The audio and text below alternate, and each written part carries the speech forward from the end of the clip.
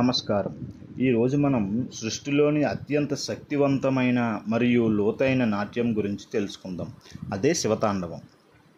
శివతాండవం అంటే కేవలం నృత్యం కాదు, అది సృష్టికి, స్థితికి, లయానికి ప్రతీక. శివుడు తాండవం వెనుక ఉన్న కథను, దాని ఆధ్యాత్మిక రహస్యాలను మనం అర్థం చేసుకుందాం. సాధారణంగా మనం తాండవం అనే పదాన్ని శివుడి ఉగ్రరూపంతో ముడిపెడతాం. కానీ తాండవం అనేది కేవలం ఉగ్రరూపం మాత్రమే కాదు. శివుడు చేసే ఈ నృత్యం సృష్టి యొక్క నిరంతర చలనాన్ని సూచిస్తుంది.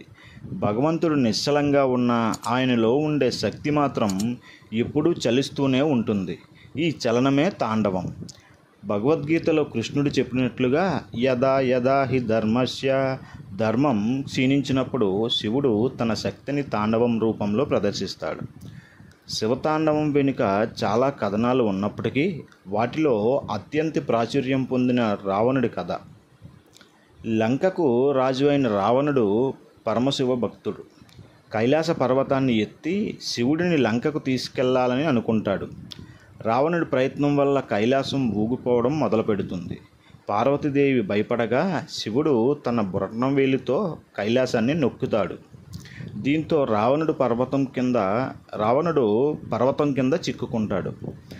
బాధతో, భక్తితో రావణుడు శివతాండవ స్తోత్రం పఠిస్తాడు.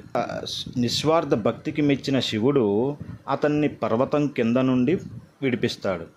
ఈ సంఘటన తర్వాత శివుడు చేసిన ఈ ఉగ్రనృత్యాన్నే శివతాండవం అని పిలుస్తారు.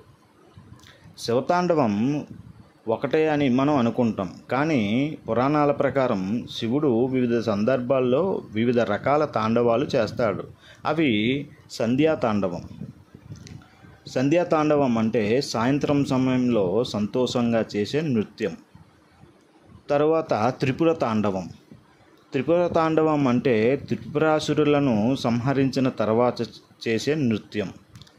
ఉమా తాండవం, పార్వతీదేవితో కలిసి చేసే ఆనంద నృత్యం. ఆనంద తాండవం.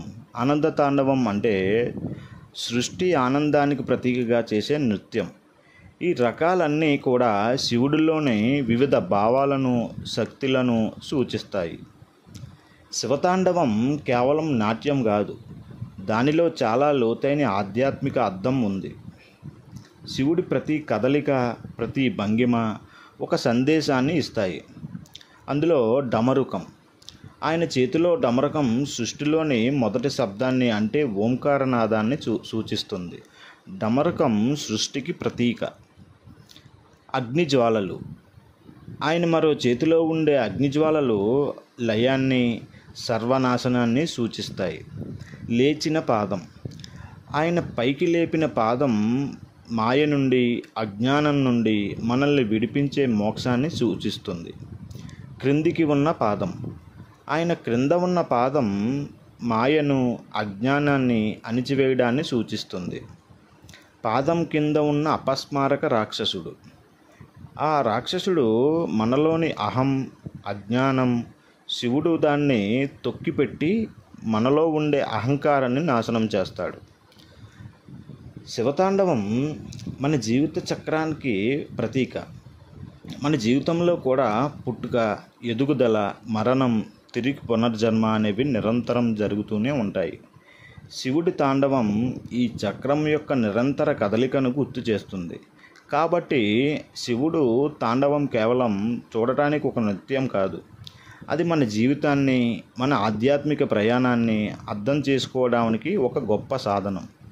ఈ శక్తివంతమైన నృత్యం యొక్క ప్రాముఖ్యతను మన జీవితంలోకి తీసుకొని ఆనందంగా, ధైర్యంగా ముందుకు సాగుదాం.